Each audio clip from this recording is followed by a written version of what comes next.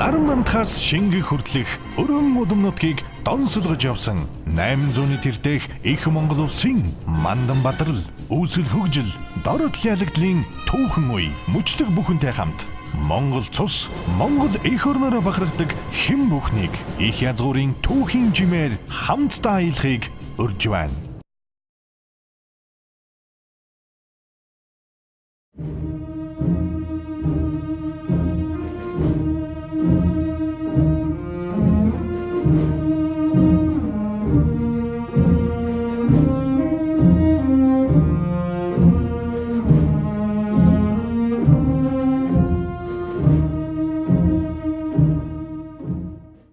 За сайн байцгаана хүүхдүүд.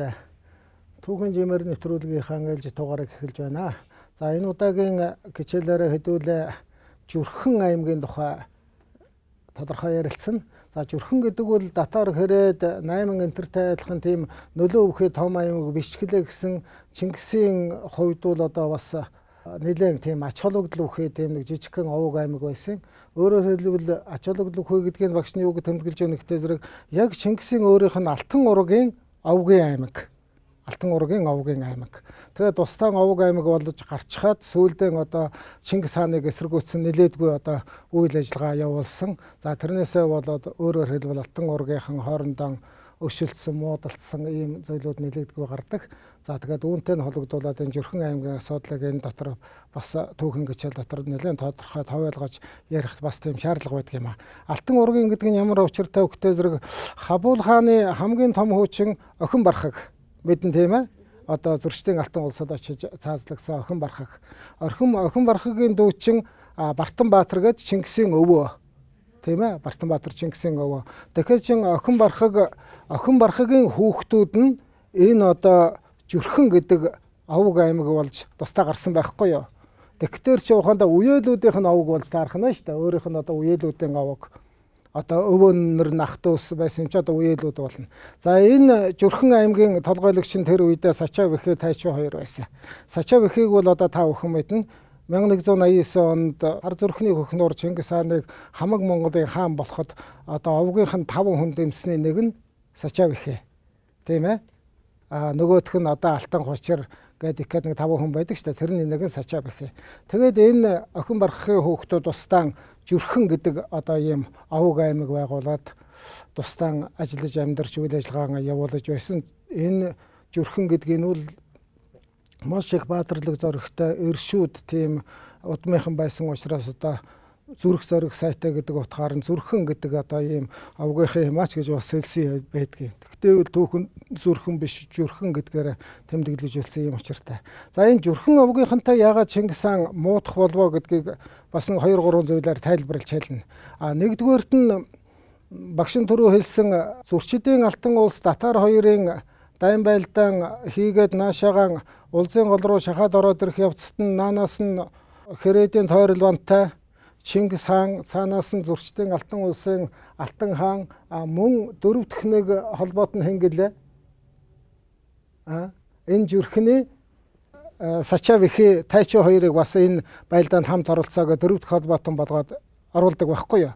Яагаад Зүрхний Сачаа Бэхэ Тайчуу 2-ыг энэ байлдаанд оруулах гэж Чингис ухаандаа урьж дуудаг өгөхтэй зэрэг ялгаа байхгүй мэрэгдүүдтэй адилхан ялгаа байхгүй Чингис хаантай адилхан энэ Зүрхэн аймгийнхан бол татаруудтай үнэхээр одоо ясмахны өстэй байхгүй юу. Ясмахны өс гэдэг нь одоо өөрийнх нь эцэг охин бархахыг барьж аваачиж зөрчдийн Алтан улсад өгч модон элжигэнд хадуул цаазлуулсан. Тийм учраас энэ чи яг орхон бархын удмынхан учраас энийг одоо та нар бидэнтэй хамсаатан болж энэ одоо тулдаанд оролцоогоо Чингис урьсан. Ураад яг тулдаан эхлэхийн өмнө энэ Зүрхнийхнийг бүтэн 6 хоног хүлээсэн гэж нуус авчаад бичсэн байдаг. Бүтэн 6 хоног хүлээхэд одоо Сачаа Бэхэ Тайчуу болон Зүрхнийхэн ирээгүй. Тэгэхээр тэрэнд нь бас Чингис нэг юм бодчихсан юм шиг байгаа. Эднэр яагаад одоо ихэд одоо надыг ураад энэ одоо бүр эрт дээр үеийн эцгийнх нь өшөөг авч өгье гэж байхад ирэхгүй байна вэ гэдэгт нэг юм бодсон тал бий. За хоёрдугаарт нь Далан балжуудын байлдааны бүгдээр мэдэн тийм ээ. Далан балжуудын байлдаанд энэ Зүрхний Сачаа Бэхэ Тайчуу эднэр чин нэг бүлэглэл болж орсон. Нэг бүлэглэл болж ороод байлдааны дараагаар одоо саглагар модны доор том найр хурам хийж бүжиг наадам хийж тэмэглэлээ гэдэг нэг багш нь хэлсэн тийм үү. Тэр найр далан балжуудын ялалтын дараах найр хурамын үед энэ бэлгүүдээ одоо өөрийнх нь дүүштэй тийм ээ. Бэлгүүдээг морины уяан дээр шалдан зогсож байхад нь энэ жүрчдийн хан одоо өөрийнх нь одоо нэг авг удмынхан штэ. Хоорондоо муудалцаад өрөөсөн мөрийн сэдмээр завччихдаг.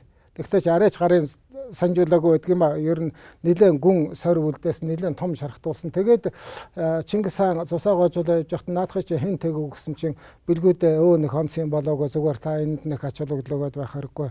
Одоо бид нар баатрууд хоорондоо гэж жижиг юм дээрээс болж маргалдаж зорчилж байгаад гिचглээ гэдэг байхгүй юу. Тэгэхээр үл Чингис чинь бол ер нь өөрийнхөө дүүнэртөө одоо амин шиг их сайн байсан шүү дээ. Бэлгүүдээдээ ч хэдийгээр их өөртөө ч гэсэн бас л их сайн байсан. Тэгээд цаад учир начрын өөр хүн амтнаас асуусан чинь энэ бүрий бүх бэлгүүдээгийн мөрийг завшчихсан ба гэж Чингис хэлдэг байхгүй юу. Бүрий бүх гэдэг нь хэм гэхтэй зэрэг бас л нөгөө өөрийнх нь удмын Хабул хааны 3 дугаар хөө Хутагт Монон гэж хүн байсан. Хутагт Мононгийнх нь хөө. Тэгэхээр ээж чинь бол одоо бүгдээрээ үеэлж болдоо шүү дээ. Чингис бол Бартанбаатарын хөө, Сачаа Бэхээ бол Архан Бархахынх нь хөө, нөгөө дүү одоо Хутагт Мононгийнх нь хөө бүрий бүх болж явахгүй юу. Одоо Монголын алдартай том бүх байсан. Тэгээд бүрий бүхэд бас ихэд юм бодчихсон. Одоо миний дүүгийн мөрийг завтсан гэд одоо тэр талаар бас л сэтгэлд нэг юм үлдчихсэн шиг байдаг. За тэгээд нөгөө татааруудтай хийх байлдаан хийгээ явж байтал нь нөгөө Сачаа Бэхээ Тайчуу хоёр болохтай зэрэг очиж хамтсарч байлдаанд оролцоогүй мөртлөө араар нь эргэж ирээ Чингисийн одоо үлдээгэж явсан гэр орон одоо ард тал байна штэ. Ард талд нь довтлоод 10 түүнийг алж устгаад хамаг эд хөрөнгө юм хүмүүс хамж аваа яваад гисэн байдаг байхгүй юу. Тэгээд нөгөө байлдаанууд дуусчихад эргээд ирсэн чинь нөгөө байлдаанд хамтарч оролцохоор урилга заллага авсан зүрхнийх нь ийм явдал хийсэн явдалд нь одоо Чингис хаан үнэхээр их уурлаа. За тэгээд айны хажуугаар дажин гэж хамтдаа одоо татааруудын эсрэг тэмцэлдэж өвөг удмынхных нь өшөө хорслыг тайлж өгье гэж байхад тэрэнд оролцохгүй мөртөө одоо араар ирж миний одоо гал голомт ар гэр мал хонорт халддаг энэ ер нь хэн бэ гэт. Тэгээд л одоо зүрхнийхний эсрэг босон да Чингис. Тэгээд зүрхнийх нь одоогийн Хинтээ аймгийн Дэлүүн болдогт нутаглаж байсан. Дэлүүн болдогт нутаглаж байхад нь тэнд нь очиж зүрхний эсрэг дайн байлдаан болно. За тэгээ энэ явцад нэг чих айхтар тулдаан болохгүйгээр тулдаан дууссан юм шиг байгаа юм. Гэхдээ Сачаа Бэхээ Тайчуу хоёр зүхтаагаад гараа явчихна. Зүхтааж гараад одоо Хэрээдийн нутагж явж байхад нь араас нь цэрэг мордуулж Хэрээдийнхэнтэй холбоод өгтөөгөөд нийлж барьж яваа тэнд нь газар дээр нь цаазалсан байдгийг. За ингээд одоо яг өөрийнхөө алтан ургийн авг удмын хүмүүсийг одоо бас цаазаллаа да тийм ээ. Өөрийнх нь үеэлүүд. За тэгээ учир шалтгааны багш нь одоо түрүү хэлсэн. Дайн байлдаанд хамтарч оролцохоор оролцоогоо араар нь одоо аргаар ар талын одоо инкээс үүдгэж хүн амтан алж устгасныхын төлөө тэнд нь цаазалдаг. За гэтээ Чингисийн одоо нэг өөрсдийнхөндөө хандлага гэдэг юм уу, авууштай тал нь гэдэг юм уу, өөрийн талын хүнээ цааш нь харуулахдаа ер нь ихэвчлэн зусыг үзүүлдэггүй. Зусыг үзүүлдэггүй. Жамуухыг ууцыг хугалж алсан тийм ээ.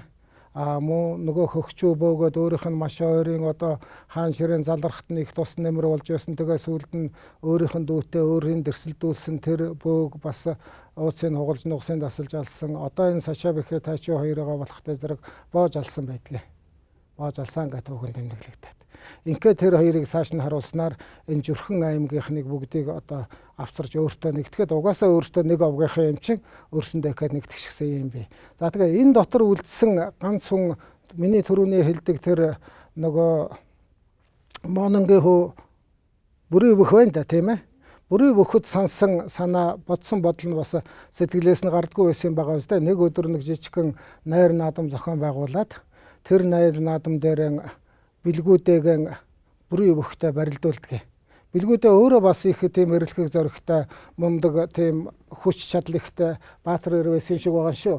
Нэг удаа бэлгүүдээ барьж аваад хасаг тэрэг нь төлчихсөн гэж түүхэнд бичсэн байдаг. Хасаг тэрэг нь төлчихсөн байсан чинь хөлсөн хасаг тэрэгээ өөрөө далхаа явчихсан гэж. Тэгэхээр тэр бас их чадaltaй хүн байж та билгүй дээ. Нөгөө бүрийн бүх нь болохтой зэрэг чинь бол бүр Монголын одоо нэртэй тийм том бүх хүн. Одоо бүх гэдэг чинь бол өнөөдөр зүгээр нэр үг болоод бид нар хүмүүсийг энэ бүх тэр бүх гэж нэрлээд байна нөхөөсөр нуус товчон тэмдэглэснээр бол бүх гэдэг чинь тэр барилдаг хүнд өгдөг цол байсан юм байна лээ. Тэр бүрий гэдэг нь нэр нь бүх гэдэг нь цол нь байхгүй юу. Тэгээд тэргээр нь бүрий бүх гэж нэрлэдэг. Тэгээд бүрий бүх бэлгүүдээ хоёрыг өөрөө хард сууж гоогаад барилдуулаад тэгээд бүрий бүхэд болохтой зэрэг нэлээд Чингис ширүү хандсан гэж гоё. Одоо өөрийнх нь одоо бас үеэл шүү дээ. Одоо ах дүүсэл хөөхтүүд юм чи өөрийнх нь үеэл тэгтэл нөгөө бэлгүүдийн мөрийг завцсан гэдэг утгаар нэлээд ширүү хандсан. Тэгэхээр нь бүрий бүх нь одоо Чингис тэртээ тэргүүл одоо хаан хуу юм чин ширүүн харахтай зэрэг за одоо би болохгүй юм хийсэн байлгүй дээ. Энэ удаагийн одоо энэ барилдаанд нь одоо яшиг дүүд нь бууж өгөхөөстөө гэсэн бодол төрөөд тэгээд одоо бэлгүүдээг яаж хайдаг өгөх гэж байгаа байхгүй юу. Тэгээд тэр барилдаанд бэлгүүдэд унсан гэж байгаа. Бэлгүүдэд унаад бэлгүүдээ дээр нь гараад ирэхтэй зэрэг Чингис хаан нүдэр дуусгачих гээд өгсөн. Тэгээд өгөхтэй зэрэг нь одоо бэлгүүдээ бүрийн бүхэн ууцыг хугдарчихдаг байхгүй юу. Тэгээд дуусгач. Тэгээ яг ууцаа хугдаруулчихад бол бүрийн бүх инхэхийн мэдсэн бол үннээсээ барилддаг байждаг гэж хэлээд амьсгаа хураасан гэж ингээд түүхэнд байдгийг. За одоо ингээд бас өөрийнхөө яг удмын алтан ургийн 3 дахь хүнийг бас цааш нь харуулж байна да тийм ээ. За ингэснээр бол одоо Чингис хаанд өөрийнх нь алтан ургийнх нь ч бай, өөрийн дагаж явсан өрөөл аймаг хошууных нь ч бай, үнэхээр бол одоо Чингистэй дэрсэлдэх, мөчөөлдөх ямар нэгэн байдлаар одоо өрсөлдөх юм хүн бол байхгүй болсон да. Тэгэхээр Чингис гэдэг бол хамаг Монголын хаан болох явцдаа, их Монгол улсыг байгуулах явцдаа, дэлхийн талыг эзлэх явцдаа бол үнэхээр одоо зорьсон зорилгынхаа төлөө бол тууштай гатуу чиг шугам баримталдаг. Энийн дэмжээгүй хэн боловч одоо тэгээ Чингисийн гараас бол гарахгүй байсан гэдгийг энэ тодорхой шийвэл энэ бүрийн бүх сажаав их одоо эднэрийг цааш нь харуулж байгаа энэ явдлууд харагдан да. Тэгээд энэ явдалтай холбогдуулаад Жөрхөн аймгийг өөртөө нэгтгэснээр үндсэндээ үл одоо тэгээд 1206 оны их Монгол улсыг байгуулах үндсэн суурь бол одоо гэж тавигдаж ирсэн.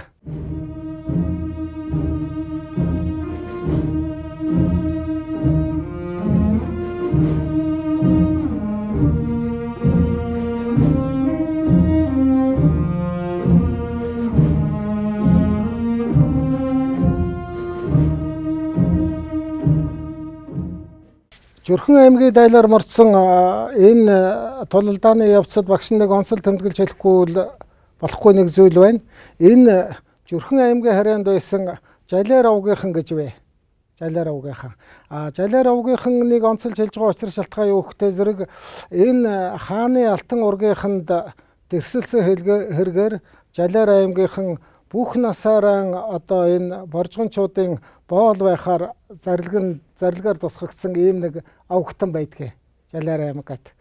Яагаад гэхэд бүх насаараа Жалиарчууд энэ Жөрхөнчүүдийн боол байх учиртай болсон юм гэхтэй зэрэг энэ Чингисийн 8 дугаар үеийн Хачиг хөлөөгөө гэж нэг их том баатар байсан юм гэнэ лээ. Тэр Хачиг хөлөөгөөгийн тэр нь өөд болсон, байлдааны үед өөд болсон. Тэрний гэргий Номуулан гэж бас нэг тийм баатарлаг эмэгтэй 7 хүүтэйгэн одоо энэ хэрлэн мөрний орчим аж төрж амьдарч байж л дээ. Ингээд тэр аж төрж амьдарч байх явцад нь Жалиар аймгийнхан хар хятаануудад зохигдоод буцах явцдаа энэ Номуулан болон түүний 7 хүүхдийг хэрлэн голын хөвөнд үр удмаар нь одоо бүгдийг устгаад газар нутгийг эзлээд авчихсан. Тэрнээс ганцхан одоо хамгийн бага хүү өлгийтэй байсан хүүхэд нь одоо хөхүүл ээжийнхэн өвөрт ороод нуугдаад гарчихсан. Хайдуу гэж. Тэр хайдуу нь хожим нь одоо том болоод эргэж энэ Жалиарынхантай тооцоо бодоод тэгээ Жалиарынхныг эзлэж авч бүх насаараа одоо Боржгон овгийнхны боол байхаар зарилэг тогтоогоод Боржгон овгийнхантай ямар нэгэн байдлаар одоо худ ургийн холбоо тогтоохыг хоригдсан ийм аймаг байхгүй юу Жалиар гэж. Тэгэхээр чинь бол тэр ч одоо хааны зарилгаар бүх насаараа боол байх учиртай. Тэгсэн чинь энэ саяын нөгөө Жөрхөн аймгийг эзэлж авах явцад Жалиар аймгаас нэг хүү Чингис хаан дээр аав нь дагуулж ирэндээ энэ нь хэм гэхтэй зэрэг мухлаа. Нэгэн тал одоо Жалиар аймгийнхан болохтой зэрэг одоо боолын заяатай л байж таараа тийм ээ. Тэгтээ аав нь бол одоо дагуулж ирээ. За миний энэ хүү би чамд авсарж өглөө Чингис. За тэгээд энэ босгоны чин боол болгоо. Босгоноос чинь зүхтаавал одоо борвын дас огтлоорой. Бүх насаараа энэ хүн одоо чамд зүтгэх юм учиртай юм шиг бол 28 настай хүүгэн авсарж боол болгож өгнө. Одоо боол гэдэг юм уу? Одоо туслагч гэдэг юм уу болгож өгнө. Тэр нь бол одоо алдарт мухлын байсан юм шээ. Бас их сонирн байна тийм ээ. За одоо мухлаа гэдгийг бол одоо та бүхэн мэднэ тийм ээ. Чингис хаан чинь бол 9 өрлөгтэй. 9 өрлөг дотроо 4 хөлөг баатартай. 4 хөлөг баатарынх нь нэг 96 мянганы ноёнтой байсан. 96 мянганы ноёнгийнх нь нэг номерын мянганы ноён. Одоо өнөөдрийн хэллэгээр хэлэх юм бол Монгол улсын анхны ерөнхий сайд болсон хүн. 88 гавьяатан гэж байсан. 88 гавьяатангийнх нь нэг номерын гавьяатан. Одоо үнэхээр одоо цэргийн гарамгай жанжин их хөлөг баатар мухлын ингэж энэ Зүрхэн аймгийн дайлаар мордох явцад нь өөртөө таарсан юм шүү. Тэгээ ер нь бол Чингис хаан тэгээд ийм нэг экзэгтэй үед өөртөө таарсан ийм хүмүүсээ үнэхээр одоо чин үнэнч нөхөр болгоо цааш нь авч яваад үнэхээр алдар гавьяанд хүргэдэг нэг нь бол энэ мухлаа. Тэгээ сүүлдээ энэ хятадын дээд өвөг зурчдын алтан улсыг дайлаар мордох тэрийг дөхнүүлэх бүх хэргийг бол одоо энэ мухлыг гүйцэтгэж байсан. Тэгээд ч одоо тэндээ хятад одоо тэр үедээ хятад дайн байлдааныхаа явцад нас орсон энийн Чингис хаан энэ Хорезмын улсад өөрөө баруун талд дайн байлдаа хийж авсан сонсоод одоо маш ихэд эмгэнэн гашууцаа. Тэгээд энэ өөрийнх нь хуу борын өөрийнх нь орон томилоод урагшаагаан зурчдын алтан улсыг дөхнүүлэх, дайлаар мордох энэ бүх юмд нь хүүгэн явуулсан гэж ингэж түүхэн талбайсаар тэмдэглэсэн байдаг. За энэ байлдааны явцад бас нэг их сонирхолтой юм нь юу болох вэ гэхээр зэрэг бас нэг жижиг хүүг байлдааны салбараас олж ирнэ. Байлдааны салбараас олж ирээд бас ээжтэй одоо өөлөн хатанд өгдөг. Өөлөн хатан үзээд энэ бас их сайн хүү байна. Харах царайнаасаа одоо нүдэн дангаалтай нүүрэндээ согтой их сайн хүү юм. Энийг одоо би шихий гутгийн нэгэн адил өргөж авъя. Өөрийнхөө одоо өргөмөл хүү болгоё гэж. Тэгээд энэ бол одоо зүрхний алдарт бороо хол. Бороо хол яасан гэхдээ зэрэг шүүлдэ үнэхээр одоо эдний гэрт өсөж өндийгөөд өөлөнгөхийн одоо сургаалыг сонсож өссөн хэдэн одоо өргөмөл хүүхэд гэж багшин дөрөв хэлсэн тийм ээ. Энд чинь хэн байдг вөхөр зүрхний бороо хол байна. Мэрэгдээс одоо бас дайны талбараас олж ирсэн, олзолж биш олж ирсэн хүчүү байна. За тайчуудаас олж ирсэн хөхчүү байна. За хамгийн сүүлдэн татараас олж ирсэн шихий гутаг байна. Одоо бүгдээрээ одоо алдарт том жанжингууд болсон. Бороо хулчин ялгаа байхгүй одоо 9 өрлөг жанжныхын доторх 4 хөлөг баатарын нэг болсон шүү дээ. 4 хөлөг баатар чинь хэн бэлээ? Нэгдүгээрт нь бороо хул, хоёрдугаарт нь мухлаа, гуравдугаарт нь чулуун, дөрөвдүгээрт нь шихий гутаг шүү дээ. Чулуун гэдэг чинь хэн бэлээ миний хүүхдэд? Сархан шарын нөгөө Чимбай чулуун хадаан гэдгийн чинь чулуун. Сархан шар чинь бас өөрөө 9 хөлөг баатарын нэг болсон. Хүүн чулуун нь бас 9 өрлөгийнх нь нэг, 4 хөлөг баатарын нэг болсон шүү дээ. Тэр чулуу юм шүү. Инхэж тэрнтэй адилхан 4 хөлөг баатарын нэг бороо хул гэдэг энэ алдарт баатар энэ Зүрхэн аймгийн дайлаар мордох явцад нь дайны талбарт үлдсэн жижигхэн хөө өөлөн ихтээр ирж инхэж хүн болж өндийсэн юм аа. Тэгээд энэ утгаар нь бол одоо өөлөн ихийг бол маш их мэрэгэн нүдтэй үнэхээр одоо сайхан санаатай ийм хүн байжээ гэдэг талаас нь миний хүүхдүүд бас их сайн ойлгоорой. Энэ зохиол ном бичдэг улсууд бол одоо эднэрийн өлгөж авч их сайн бичих учиртай юм да. Зөвхөн өөрийнхөө төрүүлсэн хэдэн хүүхдээс гадна дайны талбарт үлдсэн хаягдсан хүүхдүүдийг дандаа том цэргийн жанжин, дандаа том алдарт ноён язгууртан болгож хүмүүжүүлж байна шүү дээ.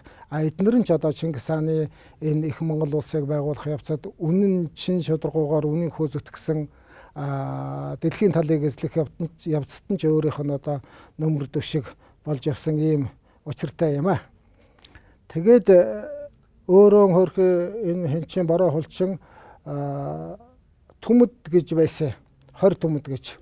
20 түмдийн бослого гэдэг ямиг дарах явцад цэрэг удирдах яваа тэндэн одоо нас орсон. Тэгтээ зэрэг нь Чингис хаан тэр 20 түмдийг дараа нь очиж ялаад 20 түмдээс 100 өрхийг дастаж бороо хулын ар гэрийнхэнд бүр боол болгож өгсөн. Тий. боол болгож өгсөн 100 өрхийг. Тэгээд Бороо хуулын гэр бүлийнхэн энэ өөрийн боол 100 өрхөн аваад өмнөдөд нүгээд тэнд очиж дөхөнсөн ийм учир байдгийн тэр газар нь одоогийн Өвөр Монголын нийслэл Хөх хот. Өөрөөр Хөх хот бол одоо энэ Бороо хуулын ар гэрийнхэн одоо Түмдийн 100 айлтаа очиж одоо тэнд дөхөнсөн одоогийн Өвөр Монголын Хөх хотын үүсэл хөгжил тэр байх нэ. Одоогийн Хөх хотынхныг ч гэсэн одоо Түмдийнхэн гэж ярьдгийн штэ ийм учиртай. За өнөөдрийн хичээлээ өгөр дуусч байна баяртай хөгтөөтэй.